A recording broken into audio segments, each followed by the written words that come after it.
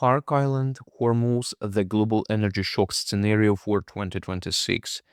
Most people are watching missiles, markets are watching oil. But if you step back, the real story is different. This is not just a conflict, it's a potential restructuring of a global energy system. And everything comes down to two critical nodes, Kharg Island and the Strait of Hormuz. Why this matters?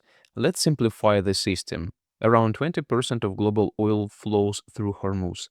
At the same time, the majority of Iranian's oil export go through Kharg Island. That means two locations, one system, and global consequences. This is what we call a chokepoint-driven risk structure. The scenario number one, Kharg Island. If this node is disrupted even partially, Iran loses export capacity, global oil supply tightens instantly, markets reprice risk very quickly. Even limited disruption could push oil significantly higher, and energy markets react not only to events but to probabilities.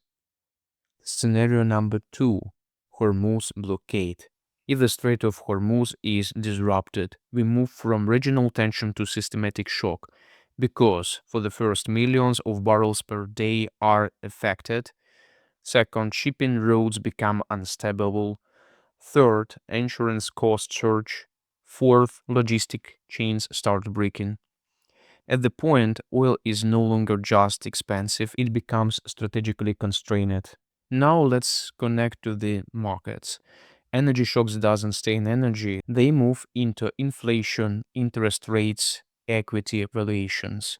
If oil moves toward $130, inflation rises again, central banks lose flexibility, rate cuts are delayed. And this creates a dangerous combination, slower growth plus higher inflation. When that happens, markets don't panic. The reposition, we typically see a stronger dollar, demand for gold, pressure on equities, capital leaving emerging markets. This is not chaos, it's a structured capital rotation. Now we go one level deeper, because this is not just about rent, the real structural question is who absorbs the energy shock? And the answer is not symmetrical. China is the world's largest energy importer. Its industrial model depends on stable energy prices, predictable logistics, and scalable production. If oil remains elevated, manufacturing costs rise, export margins compress, and global competitiveness weakens. Every becomes an indirect pressure point. So, what do we actually have? Now, not one crisis, but a chain reaction. Pressure on Iran, Khark Island. Supply risk, Hormuz. Oil shock, inflation. Inflation, monetary constraint. Higher costs, pressure on global manufacturing. This is a multi-layer system, not a single event. Here's the key point. Markets are still pricing this as a regional conflict, but structurally it behaves like a global energy shock scenario. And the difference matters because markets always adjust late.